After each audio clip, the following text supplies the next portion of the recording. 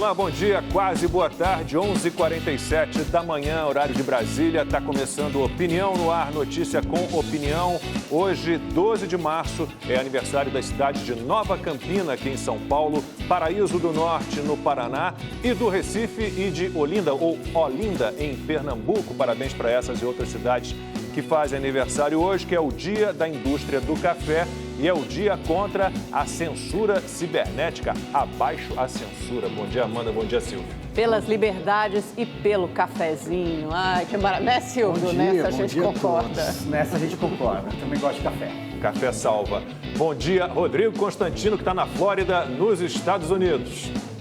Bom dia, Lacombe. Bom dia, Silvio, Amanda e todos que nos acompanham. E você pode acompanhar o Opinião no Ar também pelo YouTube, pelas redes sociais da Rede TV, Twitter, Facebook, Instagram. @Opinião Rede TV é o nosso Twitter e o nosso Instagram. A gente espera a sua participação. Use sempre a hashtag Opinião no Ar. E vamos ao tema de hoje. O andamento de pautas importantes, reforma administrativa, voto auditável, a prisão do deputado Daniel Silveira, independência e harmonia entre os poderes, posse e porte de armas, homeschooling. A gente vai conversar aqui no estúdio com a presidente da Comissão de Constituição e Justiça da Câmara, a deputada Bia Kicis, a quem eu agradeço muito pela participação, torcendo muito pela senhora à frente da CCJ. Obrigado, bom dia. Bom dia, Lacombe, Amanda, Silvio, Constantino e todos que nos acompanham nesse momento. É uma enorme satisfação para mim, Lacombe, estar aqui nesse programa, onde eu tenho dito que vocês fazem jornalismo e não militância. Parabéns. Muito obrigado. Obrigado, senhora, pelo trabalho. Daqui a pouquinho a gente conversa então com a deputada Bia Kicis. Agora eu tenho um recado para você que acompanha o Opinião no Ar. Já imaginou ter a chance de ganhar 4 milhões de reais? Esse é o valor que a Rede TV já distribuiu em prêmios com o Rede TV Plus. E as chances de ganhar continuam. É o novo Festival de Prêmios Sorte Agora do Rede TV Plus. Se você, por algum motivo, parou de assinar, está na hora de voltar, porque os prêmios do Sorte Agora estão incríveis. Quer saber dos prêmios? Então olha aí. Olá! E aí, você aí de casa, olha, me diz uma coisa, qual vai ser o sextou de hoje, hein? Olha, vai maratonar aquela série nova aí com o Mozão, mas olha, você já pensou em fazer isso com uma TV enorme, novinha, com a imagem perfeita, de última geração? Nossa, Carlinha, agora só falta você dizer que dá para ter uma TV dessas sem gastar o salário de uns 6 meses, por exemplo. Ah, Lê, mas é claro que dá. Olha, gente, é só assinar aqui o Rede TV Plus por menos de 75 centavos por dia para concorrer a esse presentão. Que maravilha, hein? E melhorar aí o seu programa de sexta-feira. E olha, pode ser ainda hoje mesmo no programa Alerta Nacional. Meu Deus, está fácil demais, não é mesmo? E não é só um Smart TV, não. A gente ainda sorteia uma Mercedes incrível no final da nossa promoção. Daquelas que todo mundo olha quando passa, sabe? Passa. Já pensou você passando assim? Já pensou, Carla? Ah, muito linda, né, Ale? Gente, é cena de filme, né? Olha, gente, aí é só esperar aí os pagodes voltarem para eu chegar abalando no meu sextou, gente. Oh, meu Deus do céu, que beleza. Então você aí de casa, meu amigo, aproveita, assina agora, porque a sorte pode mudar de vez a sua vida. Beijo, gente. Tchau, tchau. E vamos agora à redação do Rede TV News. A Agência Nacional de Vigilância Sanitária concedeu o primeiro registro de um medicamento contra a Covid-19 no Brasil. Quem tem as informações é o repórter Murilo Rincon. Bom dia, Murilo. Bom dia, Lacombe, bom dia a todos. O anúncio foi feito esta manhã pelo gerente-geral de medicamentos da Anvisa, Gustavo Mendes. O Remdesivir, da biofarmacêutica americana Gilead Sciences, é um antiviral que passa a ter em bula a indicação de que é um medicamento indicado ao tratamento da Covid-19 e está liberado para o uso em pacientes hospitalizados. A Anvisa também concedeu o registro definitivo da vacina da AstraZeneca Oxford, que está sendo produzida no Brasil em parceria com a Fiocruz. Esta é a segunda vacina liberada definitivamente no país. Em fevereiro, a agência concedeu esse mesmo registro para a vacina da Pfizer. Mudando de assunto, o ministro do Supremo Tribunal Federal, Edson Fachin, votou para considerar inconstitucional os decretos que aumentam as possibilidades de posse de arma. Esse é o primeiro voto do julgamento que começou hoje no plenário virtual do STF. E em São Paulo, a Polícia Civil fechou uma festa clandestina no bairro do Tatuapé, na região leste. Cerca de 150 pessoas foram detidas em flagrante e liberadas em seguida, após assinarem um termo circunstanciado. É isso, Lacombe. Mais informações no portal redetv.com.br e no Rede TV News às 7h30 da noite. Um bom dia a todos. 11h57, horário de Brasília, Opinião no Ar de volta. Hoje recebendo a deputada federal Bia Kicis, que é a nova presidente da Comissão de Constituição e Justiça da Câmara. Primeira mulher a assumir a CCJ, já foi parabenizada pelas associações, não sei como é que chama, os grupos feministas já disseram parabéns, deputada, uma mulher na CCJ. Ontem eu fiz essa brincadeira. Não, né? Não. Mas eu aprendi, Lacombe, que existe um brocado aí, né? Um mantra das feministas, que é assim, lugar de mulher é onde ela quiser, menos na CCJ. É triste isso. Bom, mas vamos lá, nós temos muitos assuntos, muitas pautas, né? Já temos várias perguntas de espectadores. A minha primeira pergunta era bem genérica, é a mesma pergunta que faz pelo Twitter o Jailson Santos. Prioridades, assumindo a CCJ, prioridades da senhora agora à frente da comissão? Bom, primeiramente, nós estamos com um recurso da Comissão de Ética que está trancando toda a pauta da CCJ. Então, eu já distribuí esse recurso de um deputado que teve uma aplicação de uma pena de suspensão, ele recorreu e a CCJ, cabe à CCJ analisar o recurso, as questões formais, ver se não houve nenhuma nulidade, a gente não entra no mérito. Então, nós vamos votar isso na terça-feira, porque enquanto não deliberarmos sobre esse recurso, não podemos fazer nada. Bom, em seguida, né, nós vamos começar a destravar a pauta que está aguardando. Tem muito processo já com relatoria pronta, esperando para ser votado. E já está na CCJ, e eu acabei de fazer a distribuição da PEC da reforma administrativa. Isso, para nós, é prioridade absoluta. Nós temos que votar a admissibilidade dessa PEC que é tão importante para o país. E depois ela irá para uma comissão especial, onde aí sim o mérito será amplamente debatido. Certamente parlamentares de todos os partidos irão apresentar emendas, mas a gente precisa aprovar essa PEC o quanto antes. O Jailson perguntou também sobre voto auditável. A gente pode ir caminhando aqui com as perguntas. A gente chega lá, Jailson, pode deixar. Sim, tem muitas perguntas. Deputado, eu vou começar pela questão mais polêmica e mais difícil, mas eu acho importante ouvi-la e que a senhora esclareça alguns pontos. Muitos dos seus pares, colegas deputados, a descrevem, a veem como uma deputada extremista, radical, da ala mais ideológica do presidente Bolsonaro e do bolsonarismo. Eu sei que durante esse último mês a senhora fez um verdadeiro périplo, conversou com muitos dos deputados, seus colegas, para tentar desfazer essa impressão e dizer que a senhora teria uma postura equilibrada à frente da CCJ. Eu gostaria de saber se a senhora fez algum acordo com esses deputados e principalmente como a senhora se vê, como a senhora responde a essas críticas de que é radical e ideológica. Bom, Amanda, primeiramente, né, só fazendo uma pequena correção no que você disse. Não são muitos os deputados que me chamam de radicais. São só os radicais da esquerda. Esses me chamam de radicais. Mas deputados de centro também, não, né? Não me chamam de radicais. Deputada. Nunca me chamaram de radicais. Muitos deles não me conheciam.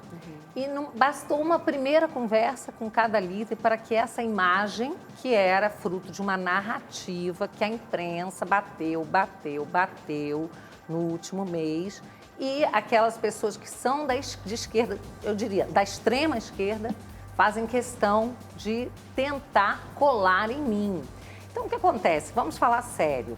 Se você é da esquerda, da extrema esquerda, e você é um parlamentar combativo, que vai lá e grita Lula livre, chama o Bolsonaro de genocida, você é tido pela mídia como um parlamentar democrático, combativo, não é? Que está lutando pela sua ideologia. Se você é da direita e você vai lá e defende uma pauta, como, por exemplo, o direito à legítima defesa, aí você é extremista, negacionista. Então, não há um equilíbrio sequer nessa avaliação, porque o parlamento é a casa do povo. E lá você tem que ter todas as ideologias, sim, todas as cores. Você precisa ter isso, ou não teremos democracia. Bom, então, voltando à sua pergunta, há um grupo barulhento, inclusive deu para ver na sessão da minha eleição, né, que não queriam, esse pequeno grupo. O restante dos parlamentares estava calmo, tranquilo, né? Eu tive uma votação bastante expressiva, né, que corresponde mais ou menos ao placar na casa, onde você tem 2/3 que é base do governo e 1/3 que não é. Então, eles sim agiram, inclusive, de forma, eu diria até que faltando com educação, indo para cima do presidente que estava conduzindo a sessão, que é um dos parlamentares mais antigos da casa, o deputado Mauro, uma pessoa respeitável, e que foi quase que agredido ali. Então, eu serei aquela pessoa que sempre fui, porém, num novo papel. Como presidente da CCJ, não me cabe ser uma parlamentar combativa, como eu sou nas ruas, nas redes, no plenário, no palanque.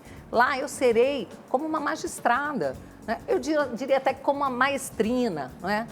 Conduzindo aquele colegiado para que a gente possa dar celeridade, eficiência à CCJ, porque o Brasil precisa disso, o Congresso também, a Câmara dos Deputados merece uma CCJ à altura, né, da responsabilidade que temos hoje no momento. Então serão 2 Bias Kisses. É uma Bia Kicis só, Bia Kicis só. Amanda, em casa eu sou mãe, não é? Na cozinha eu sou cozinheira, no parlamento, no palanque, eu sou uma pessoa aguerrida, graças a Deus o povo pode contar, os conservadores podem contar. Mesmo, né? E na CCJ serei, como eu fui durante 24 anos na Procuradoria, uma pessoa serena, tranquila, fui corregedora durante 2 mandatos, não fiz um inimigo, porque me pautei sempre pelo equilíbrio e pelo extremo senso de justiça. E no colegiado lá serei democrática, inclusiva, mas serei firme, não permitirei abusos. Ô Silvio, e sem corporativismo, que não é a nossa, né? Essa história de que extrema-direita, só há extrema-direita, não há extrema-esquerda, tem o nosso dedinho, não o nosso pessoalmente, mas o dedo de grande parte da imprensa, porque só se refere à extrema-direita, a deputadas como Bia Kicis, Carla Zambelli, mas não olha os partidos extremistas de esquerda. Então tem ali o nosso dedo, infelizmente. Pois é, Lacombe. Deputada, em primeiro lugar, quero parabenizá-la por ter sido eleita presidente da mais importante comissão da Câmara dos Deputados. Agora, só vira vidraça na política, deputada, quem se destaca, né? Então, acho que talvez a gente deva tomar um pouco de cuidado com o pessoal que tem apelidos pouco republicanos nas listas de propina ao longo da história e que agora querem criticar a deputada Bia Kicis. Mas vamos lá, deputada, antes da senhora ser eleita para a comissão, surgiram manchetes dizendo que no Supremo Tribunal Federal havia alguma resistência ao seu nome. Eu queria a avaliação da senhora sobre um inquérito das fake news aberto e aparentemente ele deve durar talvez alguns bons séculos, porque não tem escopo definido, o Ministério Público não é chamado à baila, não é chamado para se pronunciar e, principalmente, as decisões tomadas, inclusive pelo relator do inquérito, são com base na Lei de Segurança Nacional, o entulho da ditadura militar de 1983, do governo Figueiredo, que sobreviveu à Constituição de 88 e, aparentemente, esse inquérito serve como uma espécie de um guarda-chuva, um salvaguarda para qualquer coisa. Você tem toda a razão, Silvio.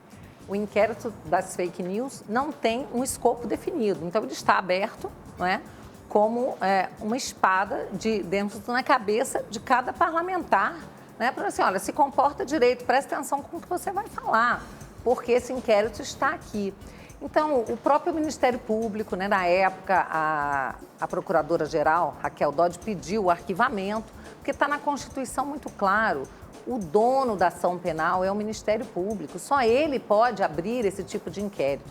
Usaram um artigo do regimento interno do Supremo, anterior à Constituição, que a Raquel entendeu que não tinha sido recepcionado, que dava ao presidente do Supremo, aos ministros do Supremo, a prerrogativa de abrir inquérito quando ocorresse um crime dentro das dependências do Supremo.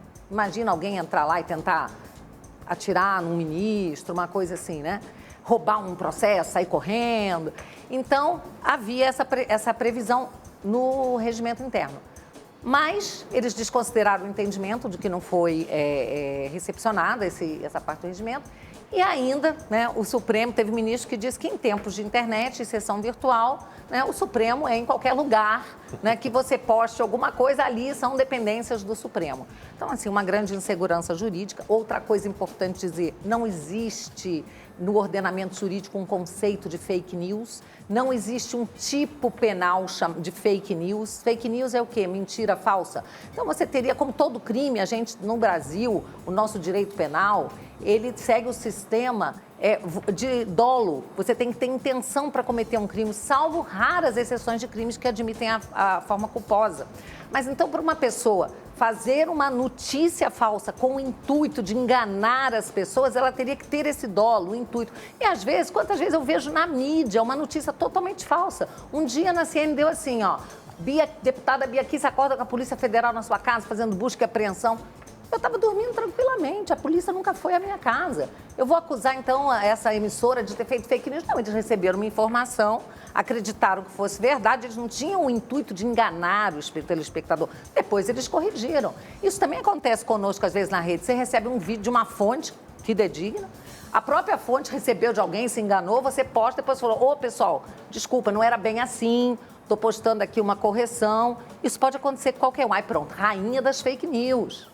Rainha das fake news. E isso a gente já sabe hoje que foi uma construção por parte de algumas pessoas que, de forma proposital, quiseram envolver nessa história de fake news a minha, o Eduardo Bolsonaro, Carla Zambelli e outros parlamentares. Isso partiu, vou dar o nome dos bois aqui, da Joyce Hasselmann, do Bozella, do deputado Bozella, do deputado Nereu Crispim, que depois confessou que foi tudo uma grande armação, que eles levaram o nosso nome para a CPMI das fake news, que eles armaram tudo, que não tinha fake news nenhuma. O Nereu Crispim se arrependeu, mandou uma comunicação ao ministro Alexandre de Moraes, dizendo que era tudo armação e ele gostaria que fosse arquivado o inquérito.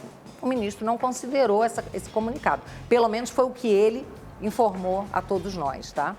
Então é isso, eu estou lá nesse inquérito, nunca cometi crime, eu não sou jornalista, não sou órgão de imprensa para dar notícia falsa. O que eu faço nas minhas redes? Eu dou a minha opinião. Só que hoje, opinião, as pessoas falam para mim, essa sua opinião é falsa. Não, você pode não concordar da minha opinião, mas ela não é falsa, isso é uma opinião. É a minha forma de interpretar, né, um fato, é como eu digo, é a minha opinião. O fato, cada um vai interpretar da forma que bem entender. Foi eleita para o parlamento, exatamente, né? Para parlar. Exatamente. Né?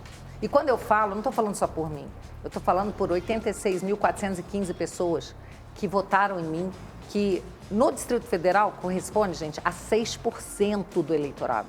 Aqui em São Paulo seria 1.200.000 pessoas. Pensem nisso. Então, quando eu falo, eu estou falando por essas pessoas e mais aquelas que não votaram em mim, mas que todo dia me escrevem de todos os cantos do Brasil e até de fora do Brasil, dizendo, deputada, a senhora me representa. Deputada, parabéns, vá em frente, não esmoreça, porque concordam com a minha opinião. Então, a minha voz é a voz de muitos brasileiros, né, que querem calar, mas não irão calar. Pelo menos enquanto eu puder, eu seguirei falando. Constantino, falando em fake news, o governador de São Paulo aqui disse que o Brasil é responsável, outro dia, né, por 17% das mortes por Covid no mundo, né? E na época era metade disso, era 9%, agora está em 10%. Então, fake news é um negócio, né? Pois é, Lacombe, se for tornar crime, se for tipificar isso no Código Penal, vai faltar espaço na prisão para jornalistas, inclusive como apontou a deputada. Deputada, muito bom dia, seja bem-vindo ao programa. Parabéns pela CCJ e o PSL, inclusive, indicou 3 mulheres, né, para comissões. Parabéns, a senhora mencionou o nome da deputada Joyce Hasselmann, eu espero que ela não saiba fazer voodoo ou que a senhora não acredite nisso, porque a ela restou apenas se abraçar com uma cobra. Mas, veja, sobre a questão do radicalismo, não, deixa eu só dar meu parecer também, porque eu conheço a deputada e sei que ela é uma pessoa serena e moderada na forma e no conteúdo.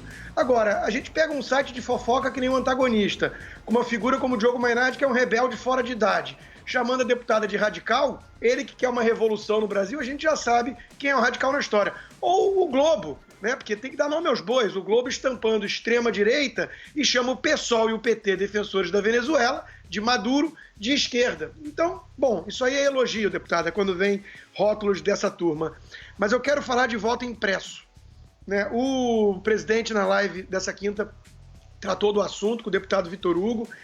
O Rodrigo Maia, o ex-presidente da Câmara, que inclusive teve menos voto que a senhora, né, mesmo no Rio de Janeiro, mas muito poder, ele sabotou várias pautas do governo, entre elas o voto impresso, que é uma coisa muito cara ao presidente Bolsonaro e é uma ampla base de apoio. Por quê? Porque não confiam nessas urnas eletrônicas e nesse TSE presidido, comandado por alguém como o Barroso, que quer empurrar a história, faz live com youtubers como Felipe Neto ou então pré-candidatos, como o Luciano Huck, alfinetando o próprio presidente.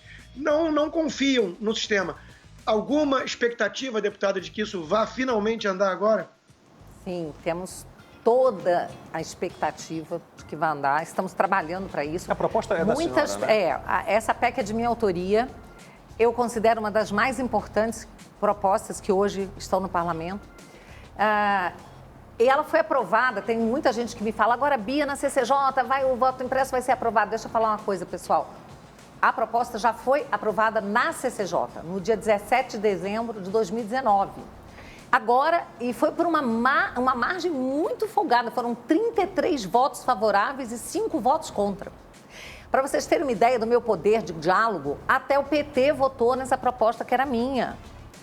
Eu fui lá buscar o voto, conversei com o Paulinho da Força, conversei com todos os parlamentares, votaram, foram 5 que votaram contra, porque tem entendimento de que as urnas são seguras, tá? Bom, mas veio aí uma margem muito ampla, né, de vantagem para quem é favorável ao voto impresso. Agora será feita uma comissão especial que poderia ter sido montada no ano passado, não foi. Então nós temos que correr contra o tempo, porque qualquer alteração legislativa no que se refere às eleições do ano que vem precisam estar aprovadas antes de um ano do próximo pleito. Então nós temos início de outubro, tem que estar a PEC aprovada pela comissão especial e por ambas as casas do parlamento, Câmara e Senado, em 2 turnos, porque é uma proposta de emenda constitucional. O ambiente é bastante favorável. E eu quero dizer aqui que eu não quero polêmica nessa pauta. Se a gente quer caminhar, a gente precisa tirar máxima polêmica e ir naquilo que em que todos convergimos, que é a questão da transparência. Eu não quero falar em fraude, eu quero falar em transparência. Nós temos que dar ao eleitor brasileiro o mesmo direito que os eleitores do mundo inteiro têm, de ter a possibilidade de auditar um voto. Mas então um candidato que perdeu vai querer que reveja tudo. Não é assim. A própria PEC pode prever aí que 15% dos votos sejam já apurados de imediato. Encerrou a apuração, encerrou a votação, vamos apurar 15%. Já é uma margem muito segura, desde que todas as urnas tenham impressora e o sistema não saiba previamente qual urna será auditada. Então tem que ser ou um sorteio, uma decisão dos partidos na hora. Queremos tantas urnas no Acre, tantas no Rio Grande do Sul. Controle por amostragem. Por amostragem. Todos os estatísticos com quem conversei e professores de segurança, de rede, dizem, deputada, 15%, 20% é de uma segurança muito grande. Então, nós podemos fazer isso, já uma previsão na própria legislação, para que não haja tumulto, insegurança. O que nós queremos dar ao eleitor brasileiro é o direito de poder conferir de forma muito tranquila, com os seus olhos, o resultado das eleições, e não de ficar dependendo da palavra de quem quer que seja. Tá? Pode ser um grande caixa técnico, preta, né? É uma caixa preta, um ministro do Supremo, do TSE, ou um grande técnico de informar, dizer, não, vocês podem confiar porque o sistema é seguro. Eu falei, desculpa, meu amigo, o sistema eleitoral não é religião, não é dogma. Eu quero ter acesso, né, exatamente a essa possibilidade de auditagem como todos os eleitores têm. Eu não quero, como parlamentar, como cidadã, que o eleitor brasileiro seja tratado como um eleitor de segunda, terceira categoria, pior do que os outros. Só para vocês saberem, na Índia, que tem uma população muito maior do que a nossa, 4 vezes o número de eleitores que tem no Brasil, para vocês verem a dificuldade, né, de se fazer alguma coisa lá também, mas são muito tecnológicos. A Suprema Corte indiana, em 2014, declarou que as urnas eletrônicas sem voto impresso, como as nosso modelo do nosso, são inconstitucionais, porque não permitem auditagem. E a falta de transparência fere mortalmente os princípios constitucionais, como o princípio da transparência, o próprio princípio da transparência. Em um ano, a Índia preparou as impressoras, voto impresso, e eles passaram a ter voto impresso sem nenhum problema. A Corte Constitucional Alemã declarou que urna eletrônica sem voto impresso é inconstitucional, porque retira do cidadão comum, o eleitor, a capacidade de ter, de verificar por si só a confiabilidade. Como é que o eleitor aqui vai verificar? Você vai na urna, digita lá o número do seu candidato, tá? Aparece ali, você dá o ok, aí você pede para imprimir. Vai imprimir a urna, vai ter uma impressorinha ali acoplada, vai imprimir, você vai conferir que aquele nome impresso é o do seu candidato, dá o ok. Esse papel cai numa urna física, o eleitor não tem contato, não tem risco de levar para casa, não tem risco de violação do sigilo do voto, que é uma preocupação. E aí ele sabe, ó, o meu voto está naquela urna, se precisar auditar, está ali dentro. Quando você vota hoje, você aperta o nome, você não sabe o que aconteceu dentro da urna, gente. Está tudo se passando no segredo da urna. E você tem que acreditar no sistema. Acreditar que aquele BU que sai ali, o boletim da urna, com o resultado final, mas não mostra o caminho, né? Não mostra como foram feitas as apurações de voto a voto. Você tem que acreditar que foi assim, tantos votos para esse. Mas será que foi? A simples dúvida do eleitor, será que foi? Já é motivo suficiente para a Justiça Eleitoral promover o voto impresso para espancar a dúvida. O eleitor não pode ter dúvida para onde foi o seu voto. E o próprio político candidato também tem esse direito a ter confiança no sistema. Mas confiança não é fé cega, confiança não é você acreditar na palavra de um ministro, de um técnico de informática, por melhor que ele seja, porque não estamos falando de dogma e nem de religião. E a senhora citou o TSE e eu fico lembrando que há poucos dias o presidente do TSE, Roberto Barroso, fez uma live com 2 postulantes à presidência, a cargos, né, a concorrer à presidência da República, Eduardo Leite, governador do Rio Grande do Sul, e o Luciano Huck. A senhora foi procuradora do Distrito Federal por 24 anos. A senhora não acha que os nossos ministros do Supremo, eles falam muito, dão muita entrevista, participam de muitas lives? Como é que o presidente do TSE, sabendo que 2 pessoas que estão ali com ele numa live são candidatos, são postulantes ao cargo de presidente, a candidato a presidente, não é estranho isso tudo? Macombi, eu sou do tempo, né, na sala lá, né, da Faculdade de Direito, né, que eu aprendia que juiz fala nos autos do processo, né? E um juiz que fizer uma declaração sobre alguma ação que venha a ser julgada por ele, ele já está suspeito, ele já é suspeito e não pode participar daquele julgamento. Então, eu realmente acho que temos aí um problema, né, que é muitos ministros falarem sobre casos. Isso, eu creio que isso fere aí a ética, né?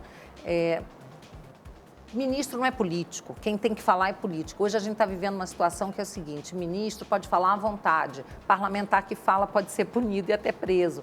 Então isso é uma inversão muito grande de papéis. E veja bem, Amanda, me acusam de querer fechar instituição, atacar o Supremo. Nunca ataquei o Supremo. Eu fui assessora no Supremo, eu fui assessora no STJ, eu fui chefe da coordenação do núcleo de tribunais superiores na Procuradoria. Eu sempre tive muito respeito por essas instituições, mas eu creio que o nosso papel aqui é o de resgatar exatamente a função das instituições, cada um fazendo aquele mistério que a Constituição lhe conferiu. Então, ao Supremo cabe a guarda, o zelo da Constituição.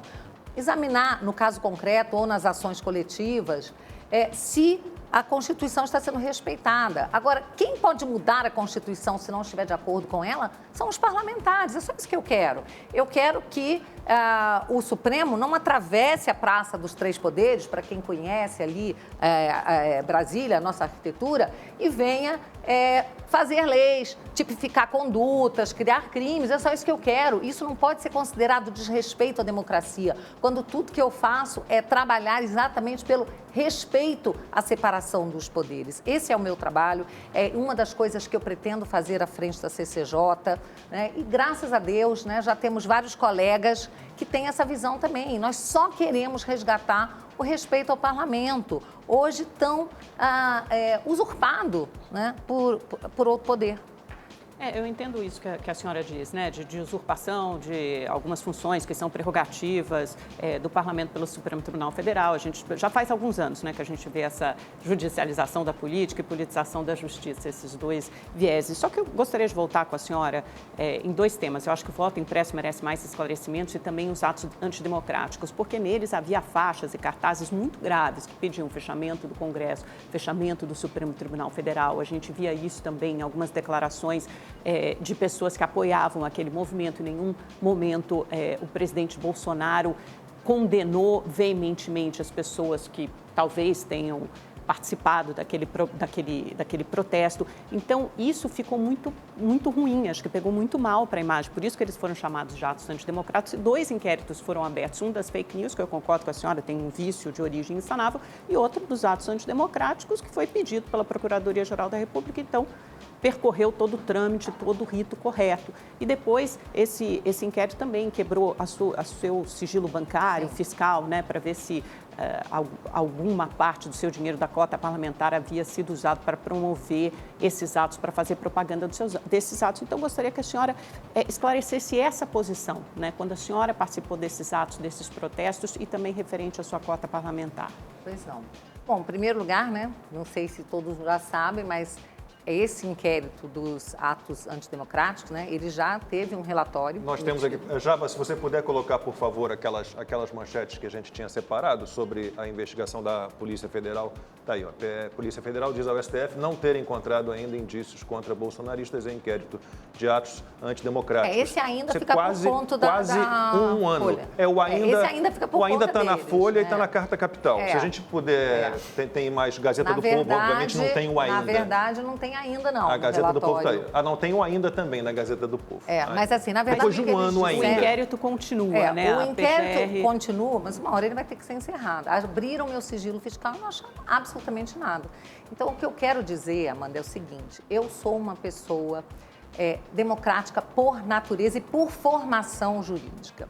Eu nunca fui para a rua com um cartaz para fechar parlamento, fechar Congresso. Eu teria que ser um pouco psicopata, sei lá o quê, para ser uma parlamentar e querer fechar, ou esquizofrênica. Talvez eu não sou psiquiatra, mas é alguma figura dessas aí. Eu acho que seria uma certa esquizofrenia, né? Bom, o Daniel Silveira defendeu isso, querer fechar o parlamento onde eu trabalho. Estou falando de mim em primeiro lugar. Sim, claro. Bom, e aí eu ia para as ruas com a bandeira do Brasil, né, me manifestar junto com os cidadãos, trabalhadores, mães, avós, pais, crianças para a rua, para pedir o quê? Mais democracia, respeito à vontade do povo, respeito ao presidente que foi eleito por 57 milhões de brasileiros. Era isso que a gente queria. Ninguém estava pedindo fechamento de nada, não. Mas tinha, e um grupo sempre teve, sempre vai haver. Um grupo de pessoas com cartaz, artigo 142, intervenção... Bom, e a senhora acha isso condenável? Nunca, então? Não, deixa eu falar. Eu nunca segurei um cartaz desse e até passei por muito problema com os chamados intervencionistas em Brasília, que não gostavam de mim, porque eles queriam que eu apoiasse a intervenção e eu nunca apoiei. Até porque eu sou filha de militar, neta, meu avô lutou na guerra, meu pai é militar, sobrinha, e eles sempre falaram para mim assim, ó, meu pai falou assim, militar não quer essa bucha de canhão, não. Chega, nós já fizemos o nosso trabalho em 64 e nós sabemos que hoje, né, conseguiram tornar Qualquer atitude militar no mundo inteiro, a esquerda conseguiu transformar em crimes imprescritíveis. Então, os militares não querem isso, não. Né? E nós vimos o quê? Um militar, o general Figueiredo, entregando, gente, o governo de volta para os civis. Isso nunca aconteceu em lugar nenhum. Você não tem um ditador que entregue o poder. E aqui foi entregue. Então, eu acho que já havia um acordo, né, de que nós estamos lutando pela democracia. E os militares também estão de acordo com isso. O problema é que as pessoas, então, os intervencionistas não gostavam muito de mim, porque queriam que eu pedisse intervenção. Eu não pedi. Eu falei, gente, é o povo que tem que ir para a rua, é o povo que tem que pedir, é o povo que tem que exigir, cobrar dos seus políticos, né? Daquelas pessoas que são os nossos representantes. Eu falava isso já desde de ativista. Como parlamentar, tenho o mesmo pensamento. Agora, eu sou uma defensora da liberdade de opinião, da liberdade de manifestação, porque tudo isso está na Constituição e está nos pactos que o Brasil assinou, Pacto de São José da Costa Rica, que garante a todo cidadão poder ir para a rua se manifestar e falar o que quiser. Falar e pedir o que quiser. Pedir não é crime. Então, embora eu não concorde com o pedido, com o método pedido, eu não vejo crime no cidadão ir pedir. Artigo 142. Sabe por quê? Sabem onde está esse artigo 142 que o povo está pedindo? Está na Constituição Federal. Então, um artigo que está na Constituição não pode ser um crime. Mas uma interpretação totalmente equivocada. Querida, eu não sei se é equivocado ou não, porque a interpretação... Eu não sei se é equivocado ou não, porque quem interpreta dessa forma que as Forças Armadas poderiam ser chamadas a colocar as instituições, de novo, para garantia da lei e da ordem, isso está escrito, é simplesmente um dos maiores constitucionalistas vivos desse país, Dr. Ives Gandra Martins, a quem eu respeito profundamente, a quem os ministros do Supremo respeitam. Mas os ministros do Supremo... Ivan Sartori também. E que diz o seguinte, também, e que diz o seguinte, eu estava lá na Constituinte, eu era consultor dos parlamentares, eu participei dos debates e foi colocado ali garantia da lei e da ordem para, se precisasse, se alguma instituição não estivesse cumprindo o seu papel, qualquer dos chefes de poderes pudesse pedir às Forças Armadas que garantisse a lei e a ordem. Isso não quer dizer tanque na rua, gente. Eu acho que as pessoas que estão com o papelzinho Mas ali... então a senhora acredita nas Forças Armadas como uma espécie de poder moderador? Não, eu não tenho... Sabe o que acontece? Eu sou uma jurista. Não, exato, por isso que então, eu digo o seguinte, no Brasil, os nossos juristas, os doutrinadores, né, eles não fizeram um trabalho de pesquisa sobre o artigo 142. A gente não tem quase nada escrito sobre isso. Então, não cabe a mim interpretar. Existe um entendimento do ministro Luiz Fux, do sim, Supremo contra, é o entendimento dos próprios ministros do Supremo de que nós estamos acima, ninguém pode nos fiscalizar. Agora... os mesmos que rasgam a Constituição. Então, o doutor Ives Gandra, o desembargador Ivan Sartori, tem um entendimento diferente. Eu não tenho um entendimento formado sobre isso. Mas também não condeno quem tem, de um lado para o outro. Eu acho que esse tema precisa ser melhor debatido. Acho que juristas precisam enfrentar esse tema que não chegou a ser enfrentado. Mas dizer que uma pessoa que põe um cartaz, artigo 142, está cometendo um crime contra a segurança nacional, e aí, isso viola a liberdade de expressão. E é você considerar que um artigo da Constituição é um crime e um palavrão. Está na hora também de quebrar um pouco esse estigma, esse discurso de que, porque o governo coloca militares. Qual é o problema de colocar militares? O governo Lula começou com 12 guerrilheiros, estavam lá na guerrilha do Araguaia, José Genuíno, José Dirceu, 12 milicianos. O governo Lula começou assim. Qual é o problema de colocar militar? O Silvio, de novo a imprensa chamou de atos pró-democracia, aquelas manifestações com quebra-quebra, agressão a policiais organizadas por torcidas organizadas, com faixas pedindo a ditadura do proletariado e a derrubada de um presidente da República. Isso é ato pró-democracia, entendeu? A gente está numa situação muito... Tá como diz, eu adorei ontem Marco Aurélio. Não, estou falando do duplo padrão, de novo, da falta de critério. Amanda, você se volta para uma manifestação que tem lá meia dúzia, não sei quantos, não contei, com cartazes pedindo AI-5, intervenção militar, e a gente não olha o que a imprensa chama de atos pró-democracia, pela ditadura do proletariado, morte ao presidente. Meu Deus, eu respeito é o que o Marco Aurélio Melo falou, tempos estranhos. Eu respeito o Supremo. Quando colunista de Supremo jornal, deputada, cumpre. dizendo que o presidente tinha que morrer. Tem exato. colunista de jornal que escreveu. Ué, mas não o presidente essa não tinha é que morrer. liberdade de expressão que vocês tanto Só defendem? de um lado que existe, Amanda. Não, é uma falsa Então, O deputado democracia. Daniel Silveira está preso, né, Amanda? Só existe Tá um lado, preso. o deputado. Com confirmação da Então, Câmara o dos deputado- Deputados. o deputado Sim, Daniel é Silveira tá verdade. preso. Vamos falar sobre isso. É importante, que foi feio, ficou muito feio. Vai, Constantino. Vamos falar sobre isso. Eu faço Deixa eu pegar um gancho com isso, porque é exatamente esse ponto que eu queria, e eu anotei aqui o que o Lacombe acabou de falar,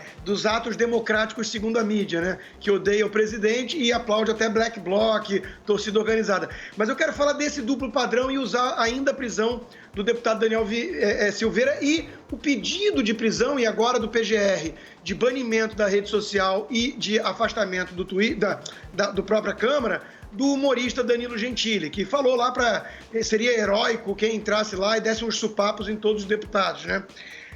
Veja, eu quero chamar a atenção exatamente para esse duplo padrão e perguntar a opinião da deputada. Se nós estamos vivendo numa época onde as pessoas perderam qualquer capacidade de defender princípios.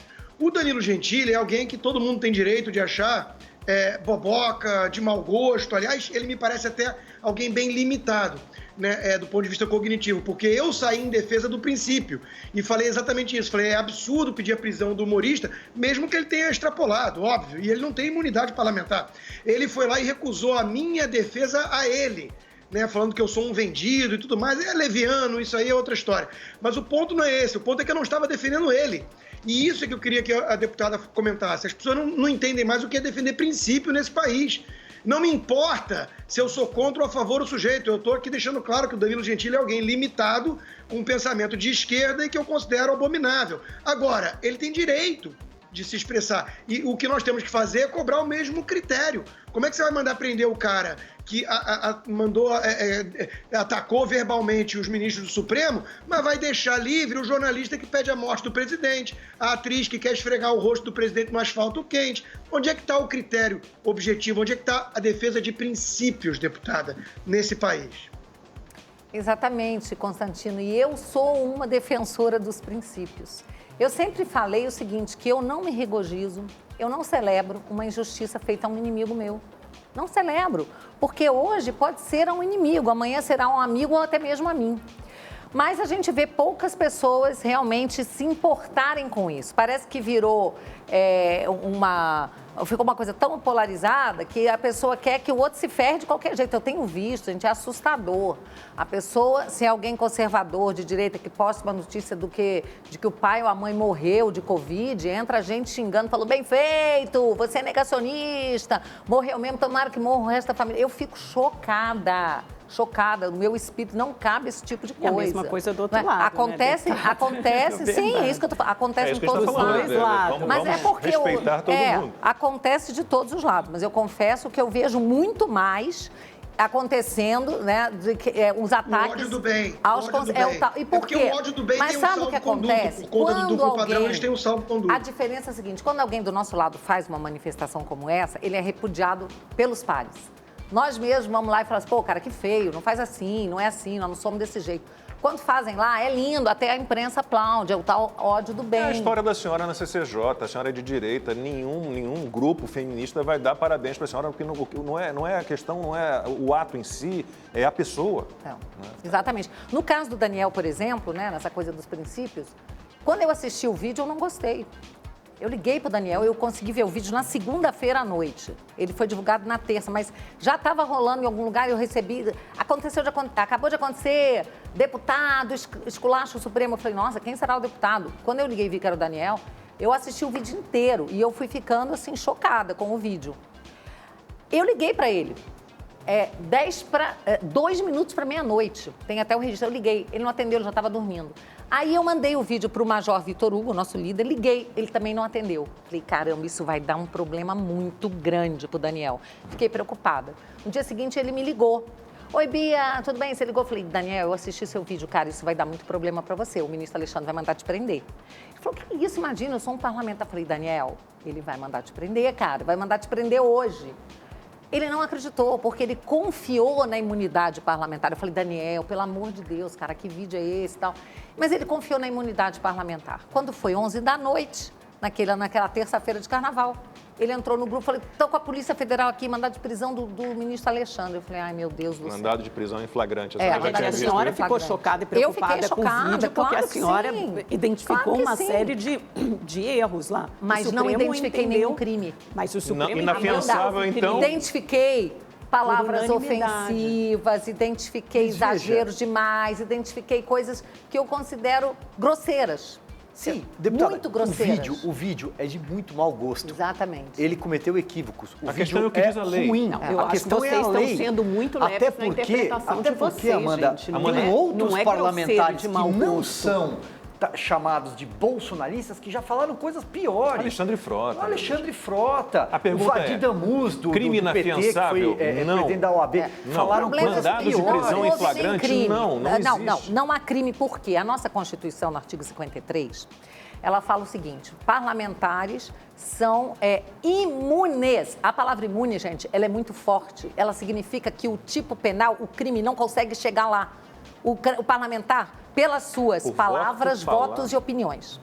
É claro que se eu vou e dou um tiro em alguém, isso não é palavra, voto e opinião. Isso é um crime. Eu não posso estar imune ao crime. Eu não posso ser uma pessoa acima da lei.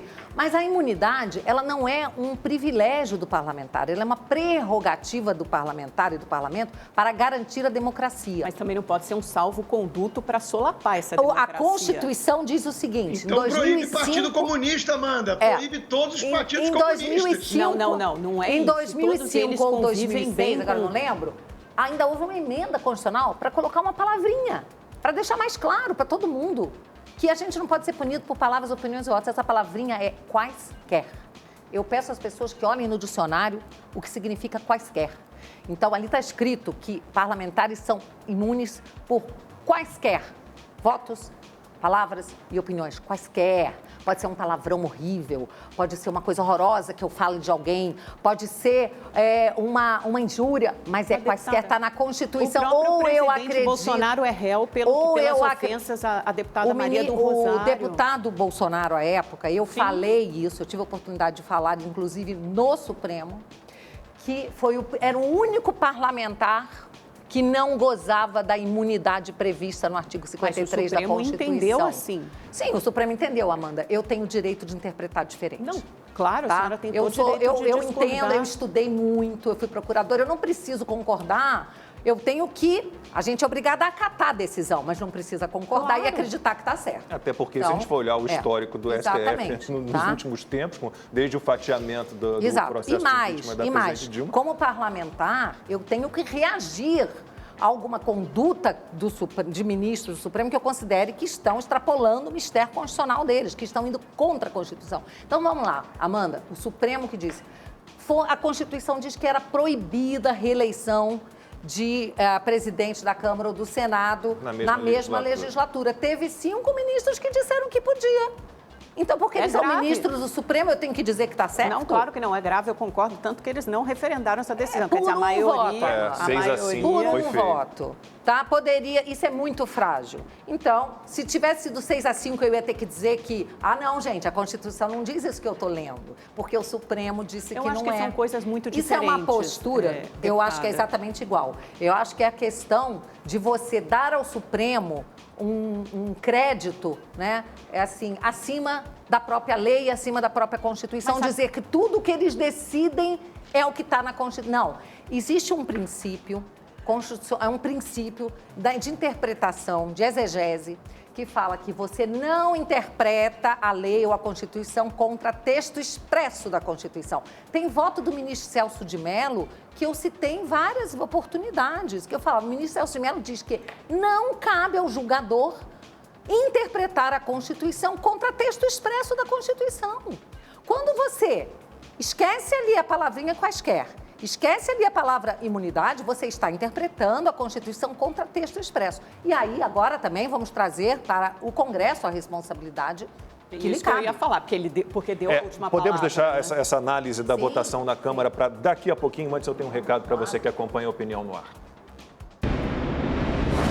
A hora da sua sorte é agora. Se você que é assinante do Rede TV Plus já está participando dos sorteios do Sorte Agora, tem chances reais de ganhar todos os dias. Eu sei que você é esperto e quer ter vantagem, né? Então aponte a câmera do seu celular para esse QR Code premiado aqui na tela que você vai ganhar agora 150 pontos. Mas corre, porque ele fica aqui por apenas 5 minutos. Quanto mais pontos você acumula, mais chances tem de ganhar. É o Festival de Prêmios Sorte Agora.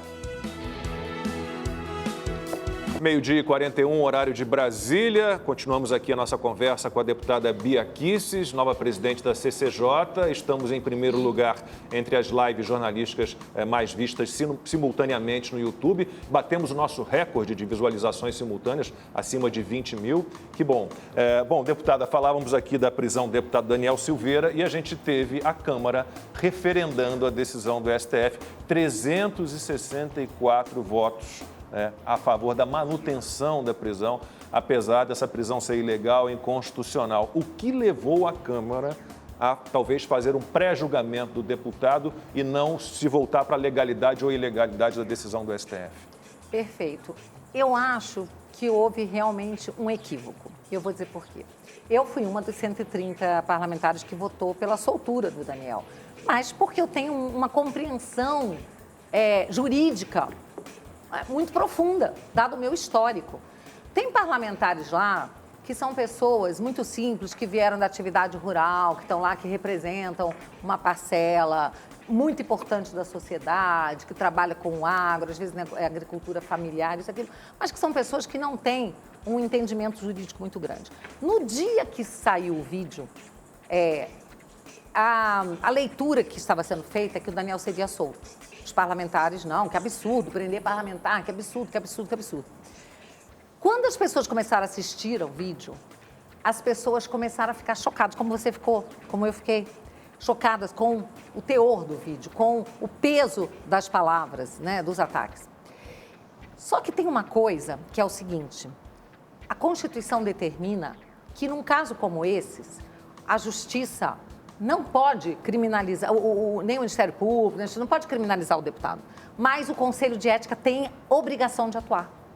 Então, o que teria que ter sido feito? Mandar esse caso, imediatamente instaurar um processo no Conselho de Ética, o Conselho de Ética teve que ser reaberto, e diga-se de passagem que não foi reaberto para analisar o caso da deputada Flor de Lis, que é mandante, segundo o Ministério Público, do assassinato do marido. Com um ano fechado, não foi aberto. Exato, mas não agora faz seu trabalho, foi né, aberto deputada? Foi aberto, não, mas é porque estávamos em trabalho remoto. Eu acho que o presidente, então, Rodrigo Maia, errou.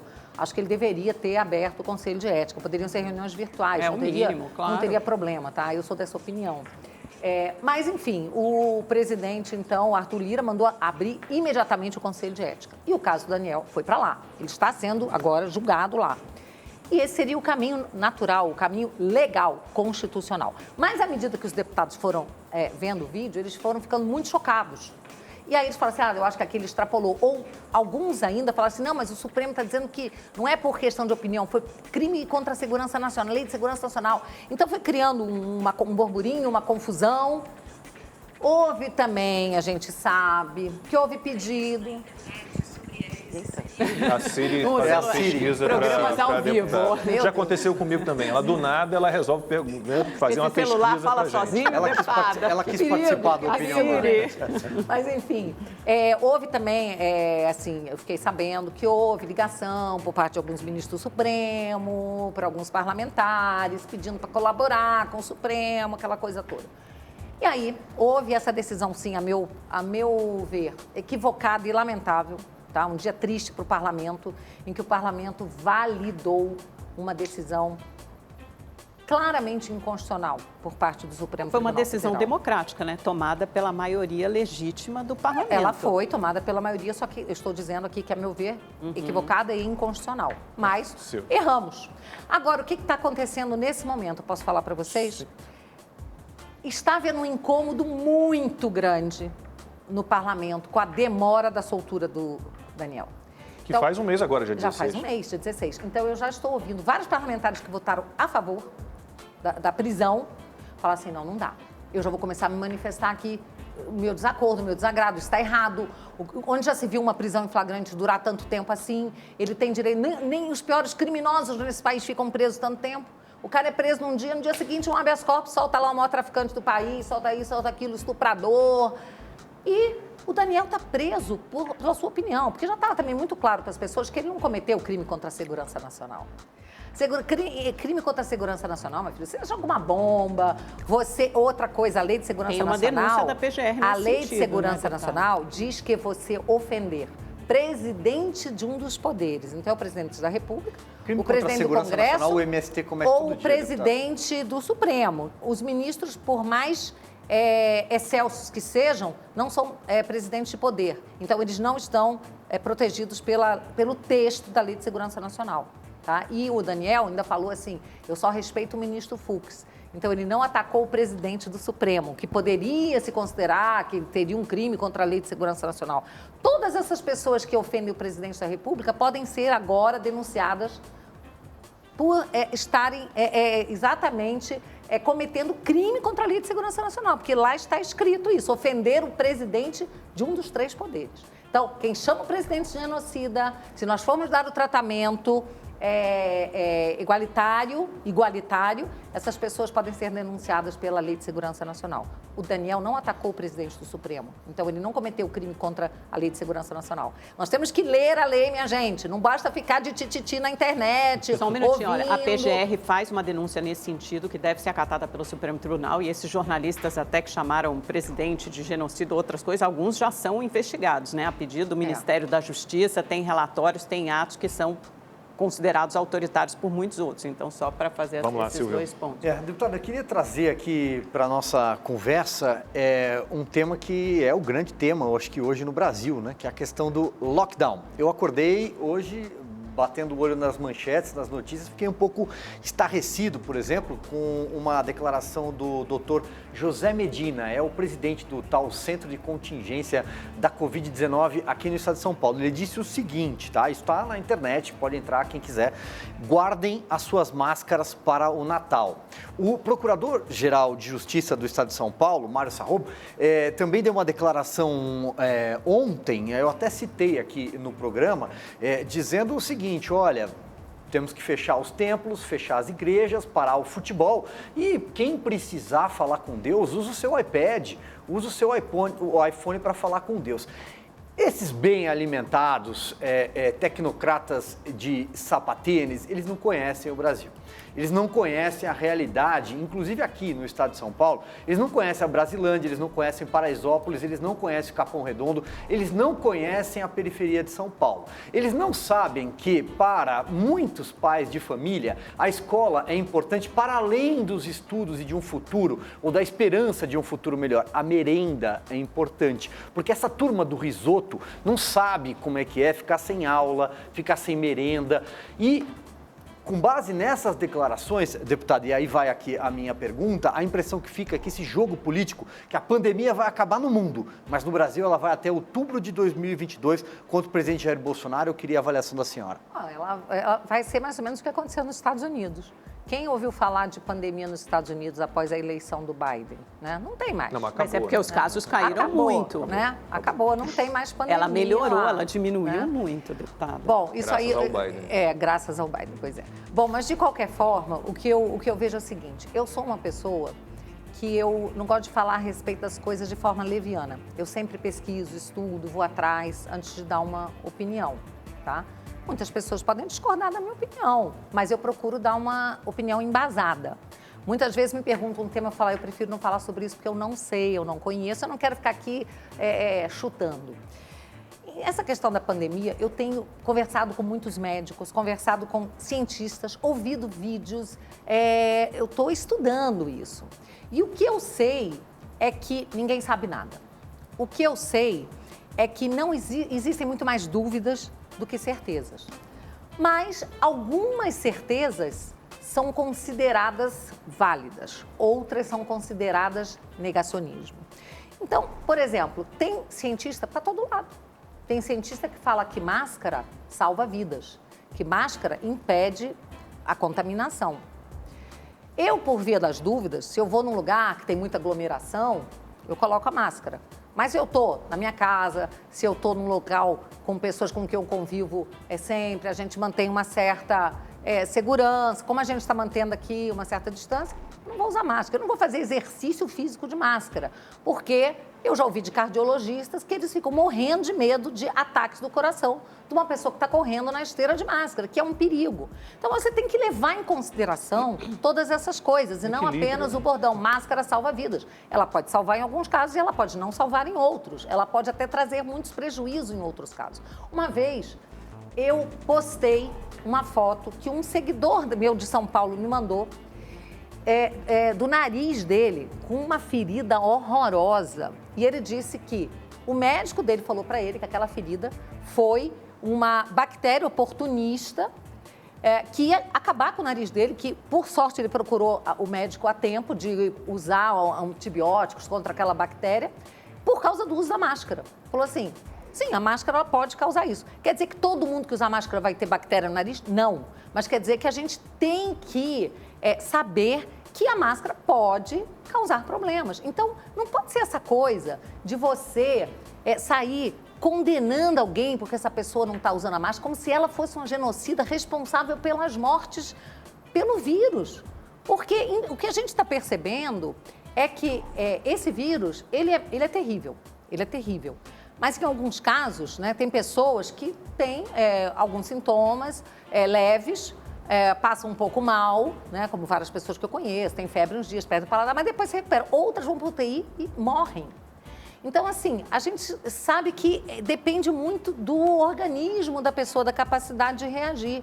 Mas o que me preocupa mais que tudo é ver, por exemplo, que rasgou-se a Constituição, tá? Porque eu posso não entender de vírus e de medicina, mas eu entendo de direito. E na Constituição está escrito que para você mitigar um direito e uma garantia fundamentais, você tem que ter um procedimento todo muito específico que se chama estado de sítio ou de defesa. Então, quando um governador faz um decreto proibindo as pessoas de estarem na rua ou que elas têm que voltar para casa porque tem toque de recolher às 10 horas, esse decreto é inconstitucional. Deputada, vocês aprovaram uma lei de calamidade pública. Eu preciso chamar um intervalo. A gente está chegando à parte final do programa. Eu preciso chamar um intervalo. Na volta a gente tenta concluir. É daqui a pouquinho, o intervalo é rápido. Estamos aqui com a deputada Bia Kicis, nova presidente da CCJ. Deputada, chegando já ao finzinho, queria fazer a pergunta do Dilson Cabral, mandou pelo meu Instagram, Luiz com S. Lacombe. PEC da Bengala, será que agora vai? Juiz do STF se aposentando de novo aos 70 anos? É a coisa que as pessoas mais me pedem. Eu quero dizer o seguinte, essa PEC, ela é para voltar a idade para 70 anos. É claro que alguns ministros do Supremo sairiam se ela fosse aprovada agora, mas nós temos que analisar o momento certo para que essa PEC seja pautada, porque não interessa só pautar, ela tem que ser pautada para ser vitoriosa. E o objetivo dela é oxigenar as carreiras jurídicas e do Ministério Público. Hoje ninguém mais consegue uma promoção, os juízes me procuram, as associações, um juiz fica mais de 20 anos no cargo para conseguir uma promoção, porque com a idade muito avançada, 75 anos, demora muito para os desembargadores, ministros se aposentarem. Então, a gente vai estudar bastante, vai trabalhar junto com essas associações de magistrados, de procuradores, para a gente ver qual seria o momento ideal para a gente pautar essa PEC. 25 segundos. O presidente Bolsonaro volta ao PSL? Essa é a pergunta de $1 milhão que nós estamos aguardando para saber, né? Hoje, para nós que estamos no PSL, poderia ser uma solução muito boa, mas ele tem sido assim, ele está sendo paquerado por outros partidos. Vamos aguardar mais um pouquinho. Deputada Bia Kicis, foi um prazer enorme receber a senhora aqui, sou fã do seu trabalho, sucesso à frente da CCJ, tudo de bom, obrigado e até uma próxima. Muito obrigada, até a próxima. Constantino, obrigado, Amanda, Silvio, você que nos acompanhou, a gente volta na segunda-feira, bom fim de semana, até lá.